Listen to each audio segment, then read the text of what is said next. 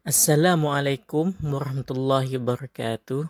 So, kami daripada kumpulan Ashabul Kahfi ingin membentangkan tajuk kami iaitu azab Allah yang menimpa kaum terdahulu yang terdapat di dalam Al-Quran. Tugasan ini diberikan di bawah subjek Al-Tafsir Al-Mawdu'i. Okey, seterusnya kumpulan kami terdiri daripada 5 orang. Yang pertama ialah saya, Muhammad Ahmadini bin Osman. Yang kedua, Muhammad Afiq bin Ahmad Arifin. Yang ketiga, Azrul Syafi bin Azrul Hizam. Yang keempat, Muhammad Rizwan bin Muhammad Sanusi. Yang kelima, Arakan Nordin. Okey, objektif kami memilih tajuk ini kerana untuk mengetahui apakah kaum yang disebutkan yang di dalam Al-Quran. So dekat sini kita tahu apakah kaum-kaum yang disebutkan di dalam Al-Quran. Maksud yang kedua, untuk mengetahui apakah bentuk azab yang dikenakan kepada kaum tersebut. Dalam Al-Quran ni dia terdapat banyak bentuk azab kepada kaum-kaum tersebut. So dekat sini kita nak tahu apakah azab yang dikenakan kepada kaum tersebut untuk mendapatkan pengajaran daripada kisah mereka tersebut. Okey, seterusnya definisi.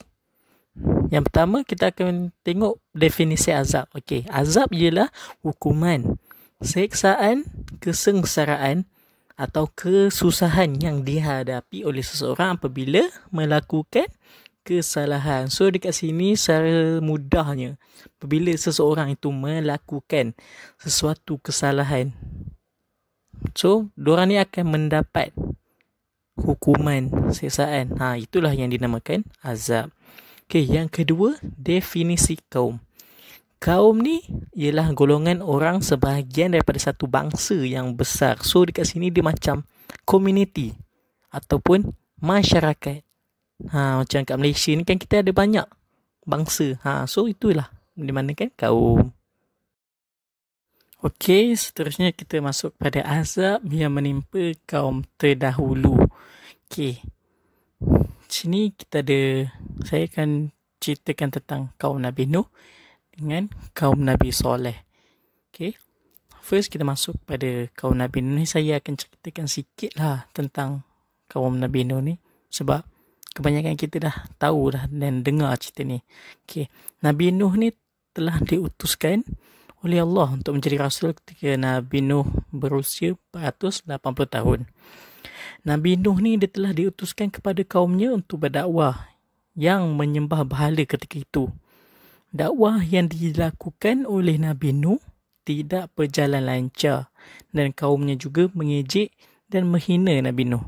Sepanjang dakwahnya selama 950 tahun, yang beriman ni adalah sekitar 80 orang saja yang memeluk Islam. Itu pun hanya di kalangan orang miskin. Yang orang kaya tu kata macam apa ni? Tak nak beriman sebab pengikut-pengikut Nabi Nuh ni hanya orang yang miskin-miskin, yang tak sedarjat dengan mereka. Macam itulah. Kaumnya yang kafir tidak percaya bahawa Nabi Nuh ni adalah utusan dari Allah Subhanahu Wa Taala. Disebabkan itu Nabi Nuh berdoa kepada Allah untuk meminta petunjuk. Kerana Nabi Nuh ni dah berusaha betul-betul dah. Tapi pengikutnya tak nak juga ikut. Akhirnya Nabi Nuh ni meminta kepada Allah untuk menurunkan azab yang berat kepada orang kafir. Selepas tu, sebelum menurunkan azab, Allah memerintahkan Nabi Nuh untuk membina kapal yang besar di atas bukit. Disebabkan itulah dia punya kaum-kaum tu cakap, Nabi Nuh ni apalah bina-bina kapal dekat atas bukit, sepatutnya kat air. So diorang ejek-ejek Nabi Nuh. So lama-lama tu apabila kapal Nabi Nuh tu telah siap, Allah memerintahkan Nabi Nuh untuk mengajak seluruh kaumnya yang beriman dan haiwan yang sepasang untuk menaiki kapal tersebut. Kemudian dah orang-orang beriman dan haiwan-haiwan yang sepasang tu dah masuk dalam kapal tersebut. Kemudian Allah menurunkan hujan dari langit dan bumi. Dan bumi juga memancarkan air yang banyak Disebabkan itu, jadilah banjir yang besar, yang sangat dahsyat dan telah menenggelamkan kaumnya yang kafir itu, termasuk isteri dan anak-anak Nabi Nuh. Itu kisah tentang Nabi Nuh. Seterusnya, kisah kaum Nabi Soleh. Nabi Soleh ni telah diutuskan kepada kaumnya, iaitu kaum Samud. Allah memberikan kaum Samud itu tanah yang subur, hasil yang melimpah luah dan sebagainya. Disebabkan itulah mereka lupa kepada Allah. Dan disebabkan itu jugalah Nabi Soleh diutuskan kepada kaum Samud. Nabi Soleh ni dia mengajak kaum Samud untuk beriman kepada Allah, tapi kaum Samud tersebut ingkar kepada Nabi Soleh kerana ia merupakan sesuatu yang baru kepada mereka. Sebab kan sebelum ni kan diorang kan menyembah berhala apa semua. Nabi Soleh ni juga memperingatkan mereka untuk tidak menentang dan mengikuti ajarannya, tetapi hanya sebahagian kecil dari kaum Samud yang menerima dakwah Nabi Soleh, itu pun dari kalangan yang miskin juga. Kaum Samud ni yang masih kafir tu menentang Nabi Soleh dan meminta bukti kebenaran bahawa Nabi Soleh ni diutuskan oleh Allah. Selepas tu Nabi Soleh ni membalas tentangan mereka dengan apabila Nabi Soleh ni ditunjuk mujizat tersebut, kaum Samud ni mesti menyembah Allah. Macam tu dia punya perjanjian. So Nabi Soleh ni berdoa lah kepada Allah untuk memberikan satu mukjizat untuk membuktikan kebenaran Allah. So Allah memakbulkan doa itu dengan menciptakan seekor unta betina yang keluar di celah batu. Kaum Samud ni terkejut lah dekat apa tiba-tiba celah batu tu tiba ada unta yang gemuk kan. So walaupun mereka ni terkejut tapi diorang still tak nak beriman juga. Nabi Soleh ni juga memberi peringatan kepada kaum Samud tersebut, jangan ganggu unta tu kerana itu adalah unta Allah. So pada suatu hari unta Nabi Soleh ni telah dibunuh oleh kaum Samud. Disebabkan itu Nabi Soleh ni amat sedih lah kan, dan telah memperingatkan bahawa Allah akan menurunkan azab kepada kaum tersebut. Azab Allah ni dia ada 3 peringkat. Hari pertama, wajah mereka akan menjadi kuning. Hari yang kedua, wajah mereka akan menjadi merah. Dan hari yang ketiga, wajah mereka jadi hitam. Dan akhirnya, pada hari keempat, turunlah azab yang pedih.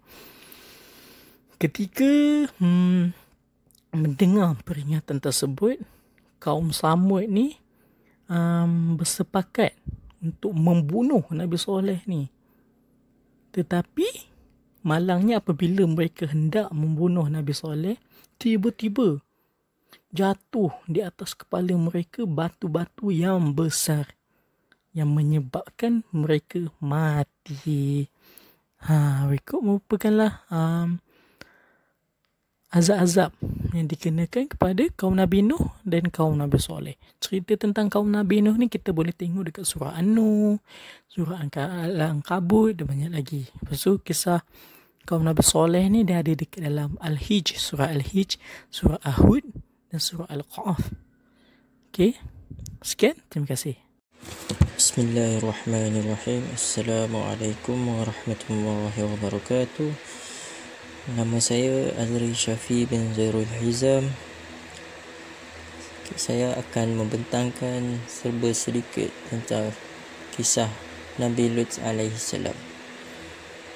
Pada pertamanya saya akan ceritakan serba sedikit tentang Nabi Lut alaihi salam dan kaumnya. Nabi Lut alaihi salam merupakan putera dari Haran bin Tarah. Beliau adalah anak saudara kepada Nabi Ibrahim alaihi salam. Ibrahim dan Haran adalah bersaudara. Nabi Lut beriman dan mengikuti ajaran yang dibawa oleh bapa saudaranya Ibrahim. Nabi Nabi Lut ni beriman kepada Nabi Ibrahim alaihissalam dan mendapat petunjuk melalui perantaranya. Lalu Allah mengutusnya untuk berdakwah kepada penduduk Sodom yang pada saat itu merupakan sebuah kampung di Jordan. Para pakar sejarah menyebut bahawa kaum Nabi Lut adalah kaum yang besar yang hidup pada zaman Nabi Ibrahim alaihissalam. Mereka menetap di sebuah kampung yang bernama Sodom. Ia merupakan kampung terbesar daripada penempatan kaum Nabi Lut berbanding 4 kampung lain, iaitu Syan'a, Syu'ud, Asrah dan Dumah. Itu serba sedikit tentang Nabi Lut alaihissalam dan kaumnya. Seterusnya kita pergi kepada maksiat kaum Nabi Lut alaihissalam. Antara maksiat yang telah mereka lakukan ialah perbuatan syirik kepada Allah, serta mereka disebut sebagai pelaku pertama perlakuan homoseksual di kalangan kaum lelaki maupun kaum wanita, seperti mana yang disebut oleh Imam Al-Qurtubi yang menukilkan riwayat daripada Ibnu Abbas berkenaan maksiat yang mereka lakukan. Mereka juga adalah kaum yang banyak melakukan perbuatan keji, menyamun orang yang dalam perjalanan ke kampung mereka serta mempermainkan mereka. Seterusnya, Ibn Katsir di dalam kitabnya telah menyebut mereka melakukan dosa yang belum pernah dilakukan oleh seorang pun dari Bani Adam, iaitu seorang lelaki menggauli lelaki dan enggan berkahwin dengan wanita yang Allah jadikan untuk orang yang beramal soleh. Allah SWT menjadikan kisah binasanya kaum Nabi Lut akibat melakukan perbuatan yang sangat keji sebagai iktibar dan pengajaran bagi seluruh umat manusia. Seterusnya kita pergi ke dakwah Nabi Lut alaihissalam kepada kaumnya. Ibnu Katsir dalam kitabnya Qasas Al-Anbiya menceritakan bahawa Nabi Lut meninggalkan tempat Nabi Ibrahim ke satu tempat yang jauh kerana melaksanakan perintahnya. Beliau tinggal di kota Sodom yang memiliki penduduk paling jahat dan paling kafir. Mereka telah melakukan pelbagai kerosakan dan kemungkaran di tempat tersebut. Tidak ada sikap saling mengingatkan bagi orang yang melakukan kemungkaran di antara mereka. Sesungguhnya kaum Lot ni juga telah melakukan banyak dosa selain daripada kesalahan yang mereka utama lakukan, iaitu homoseksual. Antaranya ialah mereka saling menzalimi sesama sendiri, mereka memaki hamun, mereka tanpa segan kentut di dalam majlis, mereka suka melagakan kibas, lelaki suka memakai pakaian perempuan, perempuan suka memakai pakaian lelaki, dan mereka selalu mensyirikkan Allah.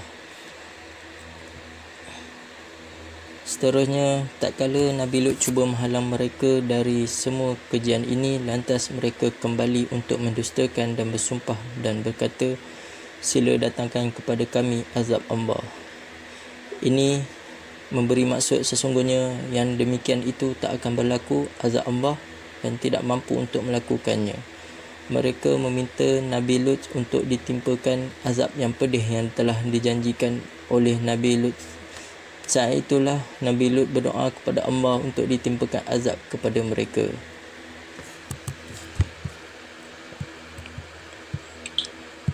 Selepas itu Allah telah menurunkan azab yang sangat pedih kepada mereka dengan melaknat mereka, iaitu Allah telah menurunkan kepada mereka gempa bumi yang sangat dahsyat disertai dengan angin kencang dan hujan batu sehingga hancur rumah mereka, dan kaum Nabi Lut akhirnya tertimbun di bawah keruntuhan rumah mereka sendiri.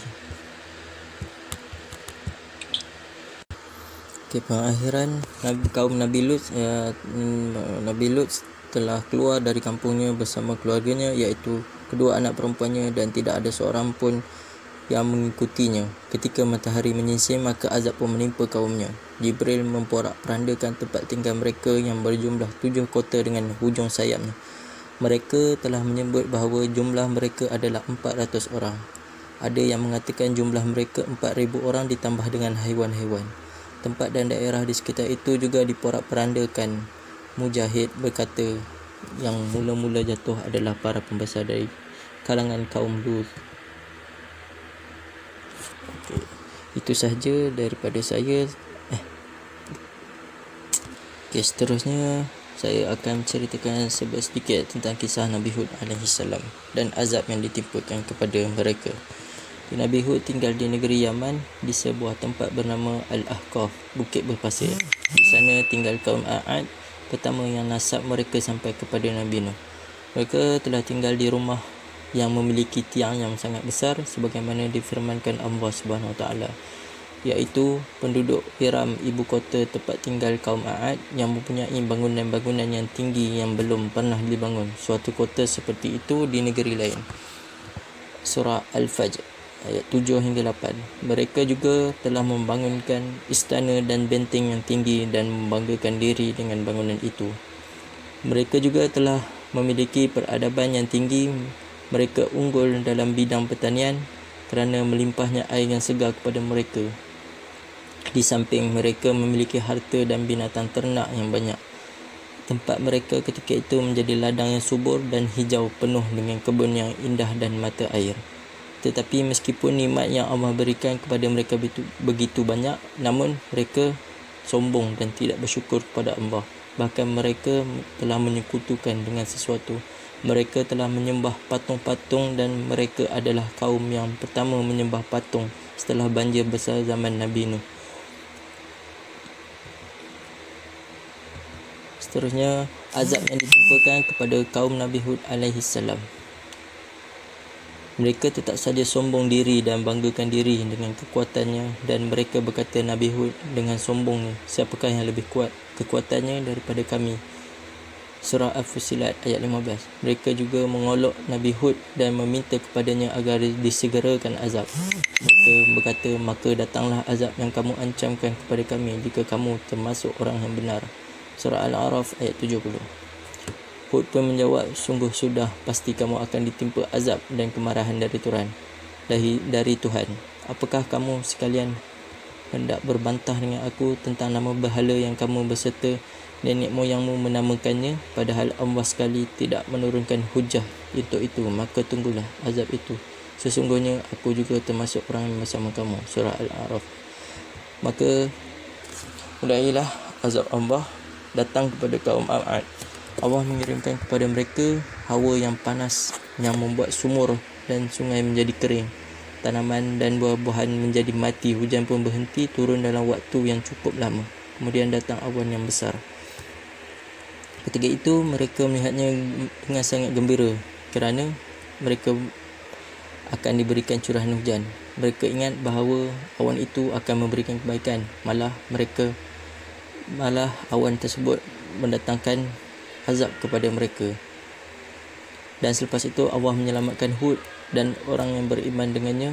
Allah berfirman, maka kami selamatkan Hud beserta orang yang bersamanya dengan rahmat yang besar dari kami, dan kami tumpas orang yang mendustakan ayat kami dan mereka bukanlah orang yang beriman. Surah Al-A'raf ayat 72. Hud pun pergi bersama orang yang beriman ke tempat yang lain, yang di sana mereka beribadah kepada Allah. Okay. Sampai situ saja apa yang saya dapat simpulkan daripada kisah Nabi Lut dan kisah Nabi Hud. Okay. Sekian, terima kasih.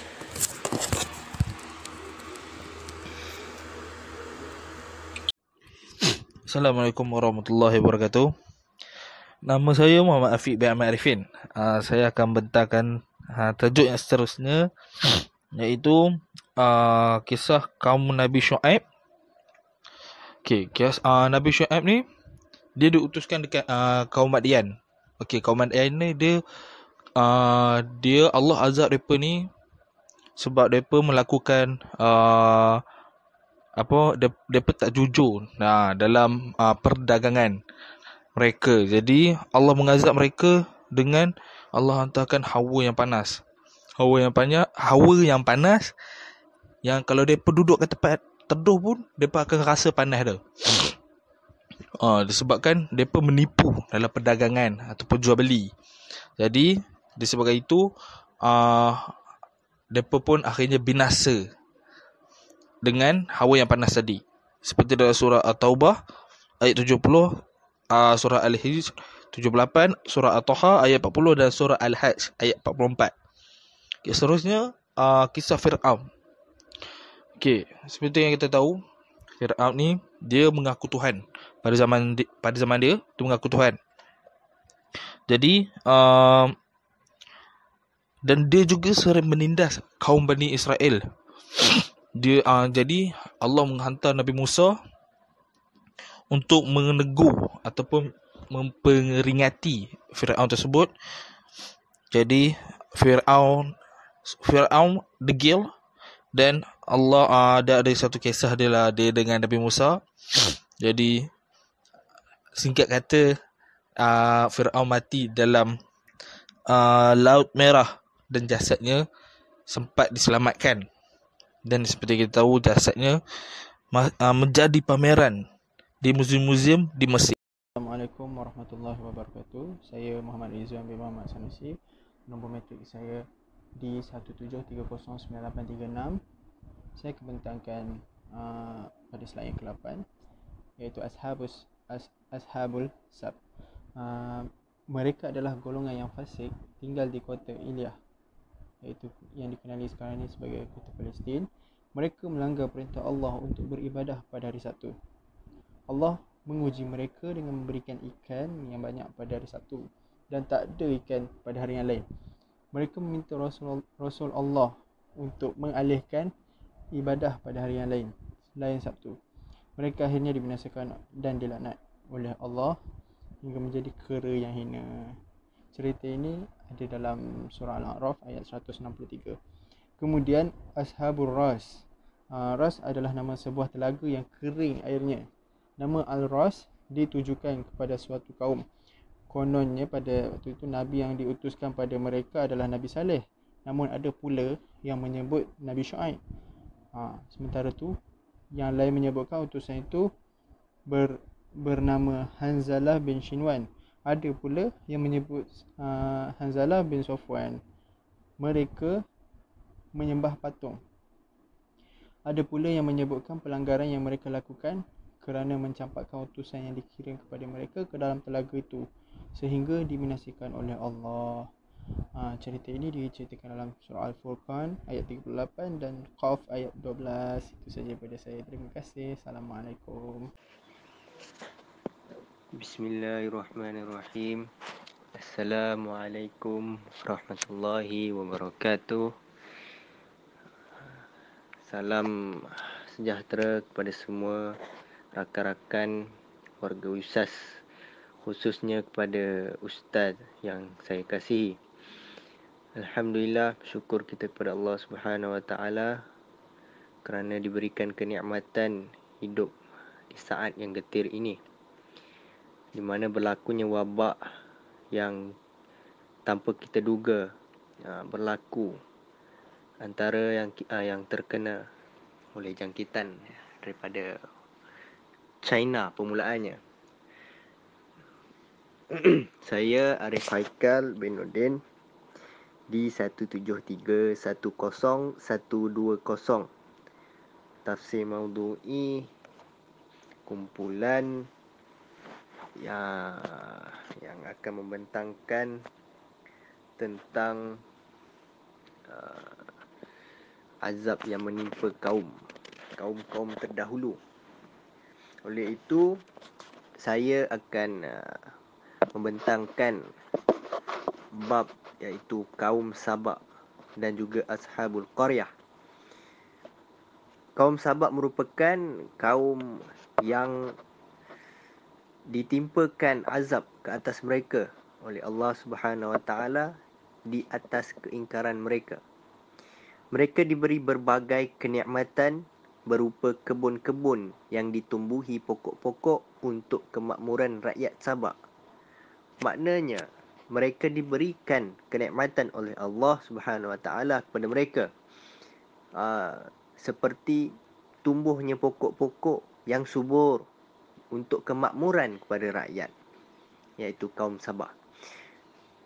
disebabkan mereka enggan beribadah kepada Allah. Mereka ingkar, mereka enggan dan mereka tidak mahu mengikut apa yang Allah suruh. Oleh itu, Allah menimpakan azab, iaitu menghancurkan empangan Ma'rib dengan banjir besar. Mereka, saya ulang balik, mereka enggan beribadah kepada Allah walau sudah diperingatkan oleh Nabi Sulaiman. Akhirnya Allah menghancurkan empangan Ma'rib dengan banjir besar. Al-A'rim surah Sabah 15 ayat 15 hingga 19. Yang kedua iaitu Ashabul Qaryah.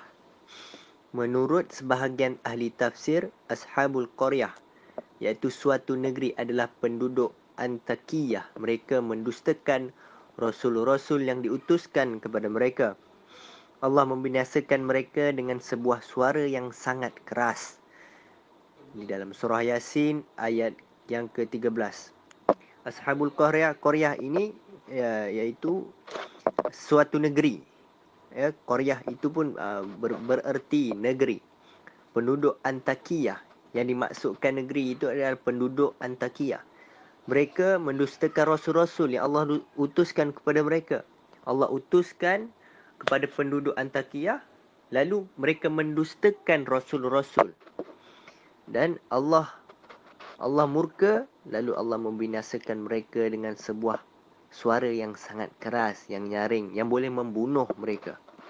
Dan itu adalah peringatan kepada umat manusia,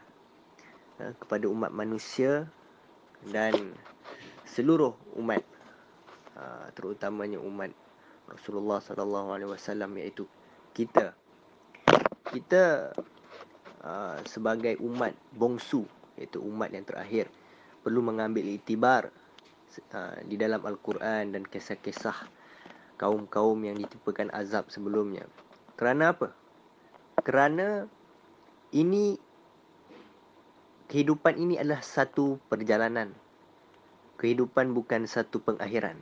Ia adalah perjalanan yang menuju pada suatu tempat, iaitu tujuan yang kita ingin tuju.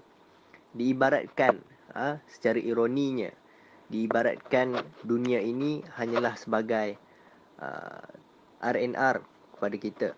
Ya, seperti contoh kita daripada Kedah hendak bermusafir ke Kuala Lumpur.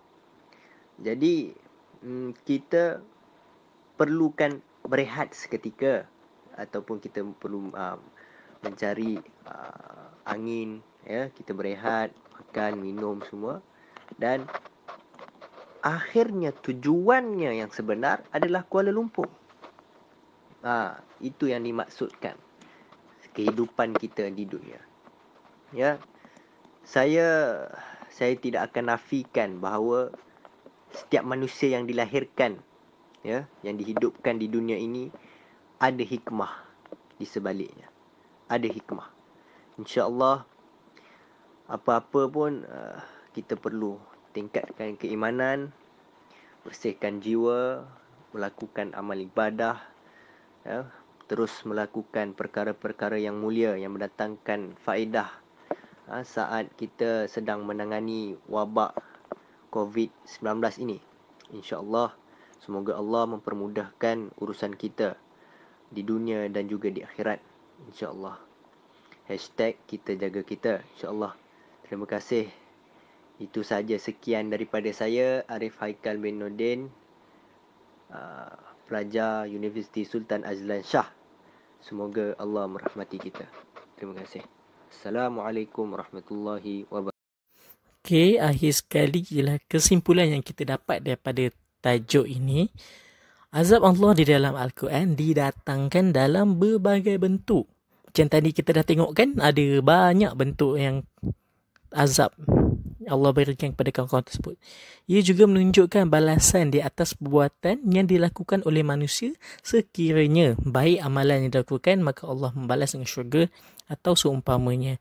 Jika perbuatan keji, maka yang dilakukan oleh Allah membalas dengan neraka atau musibah. So dekat sini, kalau kita lakukan benda yang baik, kita mengikut perintah Allah, kita akan diberikan syurga. Manakala jika kita melanggar perbuatan tersebut, kita akan dikenakan musibah iaitu neraka. Okey, azab Allah akan dibalas sama ada di dunia dan di akhirat nanti. Sebab apa yang penting, setiap jiwa hendaklah menyedari bahawa setiap perbuatan yang dilakukan sama ada baik atau buruk akan mendapat pembalasan dari Allah yang Maha Adil. So dekat sini kita dapat simpulkan bahawa setiap kesalahan dan kebaikan yang kita lakukan akan mendapat pembalasan nanti, pembalasan kelak nanti. Sama ada pembalasan tu kita dapat baik atau kita dapat yang buruk. So kat sini kita dapat memberi pengajaran kepada kita agar mentaati perintah Allah agar kita tidak dapat dikenakan azab seperti ini. Okey. Itu saja daripada kumpulan kami. Kami minta maaf sekiranya terdapat kekurangan dalam pembentangan kami ini. Okey. Okey, sekian. Assalamualaikum warahmatullahi wabarakatuh.